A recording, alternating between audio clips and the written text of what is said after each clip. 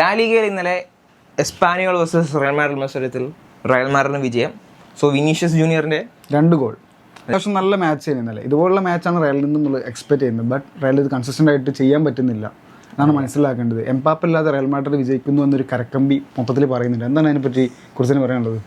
അത് അടുത്ത വർഷം നമ്മൾ കാണിച്ചു കൊടുക്കണം. കാരണം മൊറീനോ വരട്ടെ. അപ്പൊ ക്ലോപ്പ് വരുന്നുണ്ടെന്ന് പറഞ്ഞിട്ട് കരക്കമ്പി. ക്ലോപ്പ് നിരസിച്ചിരിക്കുകയാണ്. ക്ലോപ്പ് വരാൻ ഒരു ചാൻസുമില്ല. സോ നമുക്ക് കണ്ടറിയാം ആര് വരുമോ ഇല്ല. അല്ല, ലാലിഗിനെ കുറിച്ച് ഇപ്പൊ എന്താ തോന്നുന്നത് ഈ ഒരു സിറ്റുവേഷനിൽ? ലാലിഗയെ ഇനിയും ചാൻസ് ഇല്ലെന്നൊന്നും പറയാൻ പറ്റില്ല. ബാസക്ക് ഒരു ഡ്രോ മതി ബാസ ലാലിഗ കിട്ടാൻ.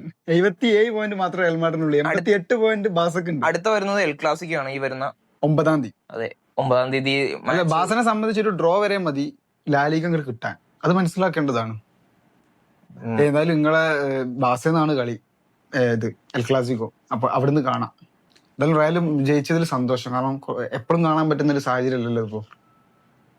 അതെ, നമുക്ക് എന്തായാലും കണ്ടറിയാം. പിന്നെ ഇന്റർ സിരിയ അങ്ങോട്ട് എടുത്ത് അല്ലേ, അത് പ്രധാനപ്പെട്ട ഒരു വാർത്തയാണ്. അത് ഇന്റർ പോകുന്നത്. So Italy belongs to Inter എന്നൊക്കെയാണ് ഇപ്പൊ പറയുന്നത്. പ്രീമിയർ ലീഗിൽ ഇന്നലെ യുണൈറ്റഡ് ജയിച്ച് അതോടുകൂടി ചാമ്പ്യൻസ് ലീഗിലോട്ടുള്ള ഒരു അങ്ങോട്ട് ഉറപ്പിച്ച് 2 വർഷത്തിന് ശേഷമാണത്. അതെ, Liverpool.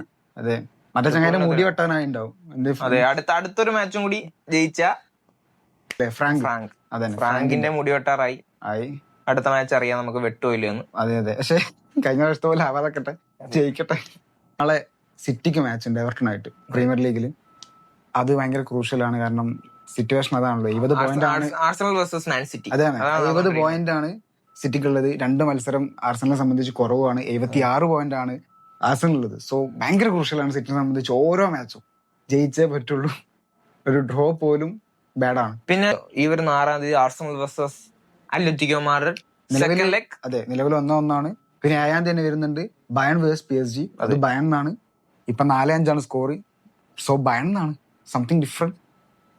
Arsenal versus Atletico Madrid ആണ് എനിക്ക് ഇച്ചിരി കൂടി ഇൻട്രസ്റ്റിംഗ് ആയിട്ട് തോന്നുന്നത്. മറ്റൊരു കാര്യം പറയാനുള്ളത്, സൗദി പ്രോ ലീഗിൽ സംതിങ് നടന്നു. എന്താന്ന് വെച്ചാൽ അൽ നാസർ നല്ല തോറ്റു. അതോടുകൂടി പോയിന്റ് ടേബിൾ ടൈറ്റ് ആയി. മനസ്സിലാക്കേണ്ട കാര്യമാണ്. എന്താണ് തോൽവിക്ക് പിന്നാലെ പറയാനുള്ളത്? തോൽവിക്ക് പിന്നാലെ നമ്മൾ പ്രതീക്ഷിച്ച പോലെ അവർ നല്ലോണം കളിച്ചു. പ്രതീക്ഷിച്ച പോലെ കളിച്ചോണ്ട് 3-1 തോറ്റു. അൽ ഖദീസിയോടാണ് ഇന്നലെ അൽ നാസർ തോറ്റത് 3-1. ആ തോൽവിക്ക് പിന്നാലെ അൽ ഹിലാൽ ഇനി കപ്പടിക്കാൻ ഒരു സാധ്യത കാണുന്നു. സൗദി ലീഗും തോക്കും, വേൾഡ് കപ്പും തോക്കും. ഇത്രേ ഉള്ളൂ. അത് റയൽ ചാമ്പ്യൻസ് ലീഗ്. ഫോർസാ പോച്ചു. ഫാമോസ് അർജന്റീന.